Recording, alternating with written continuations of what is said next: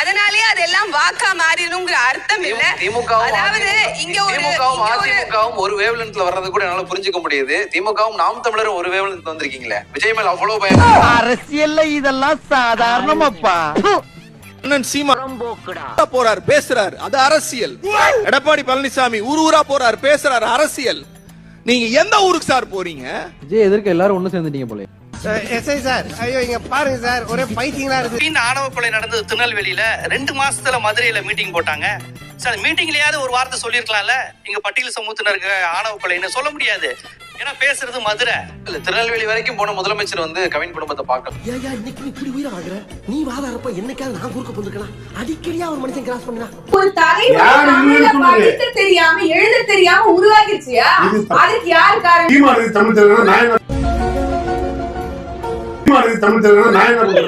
சீமானுக்கு தமிழ் தெரிஞ்சவா என்ன சொல்றாரு? வார்த்தை போடாத தாவேகாவுடைய ஆதரவாளர்களே வார்த்தை போடாத தாவேகாவுடைய ஆதரவாளர்களே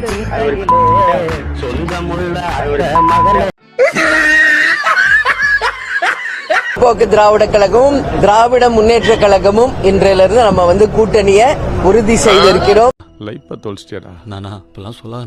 இன்றையிலிருந்து நம்ம வந்து கூட்டணியை உறுதி செய்திருக்கிறோம். விஜயகாந்த் பொண்டாட்டி அவ பேரு எலி பெத்த புள்ள மாதிரியே இருக்கிறாங்க. அவ பல்ல பாத்தியா நீ முன்னாடி பாடி மவள உன் பல்ல. நீங்களும் மகளிர் தானே, பிரேமலதாவும் மகளிர் தானே. அந்த அம்மா சொல்லுது முதலமைச்சருக்கு கை ஆடுதான். அது ஆடுதான் ஆடலையான்னு பார்க்க வேண்டியது அவங்க பொண்டாட்டி தானே. ஜோக் ஜோக் இல்ல இல்லையா? அம்மா வந்து சொன்னாங்க இது பாஜகவோட எந்த ஒட்டும் இல்லை உறவும் இல்லைனாரு. இன்னைக்கு பாத்தீங்கன்னாக்கா அமித்ஷா முன்னேற்ற கழகமா தான் அதிமுக போயிட்டு இருக்குது, நமக்கே தெரியும். தங்களுக்குரிய மரியாதை அங்கீகாரம் யாரிடம் கிடைக்கிறதோ அவர்களிடம் மட்டுமே கூட்டணி அமைப்போம் என்று தேமுதிக பொதுச் செயலாளர் பிரேமலதா. பஜேரி முண்ட அந்த பிரேமலதா விஜயகாந்தா.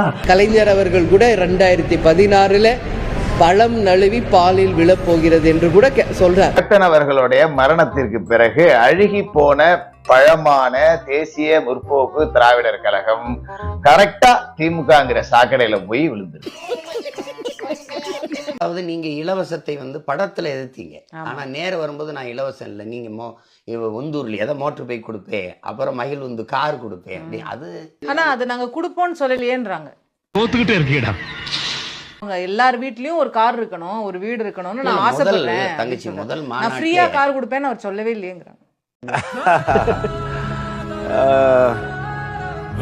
அப்படி இல்லை, முதல் மாநாட்டிலேயே வீட்டுக்கு ஒரு லட்சியம் கார் அப்படின்லாம் அது எப்படி வரும்? வீட்டுக்கு ஒரு லட்சியம் அப்படின்னு அந்த கார் வாங்குற அளவுக்கு நம்ம பொருளாதாரம் உயரணும்.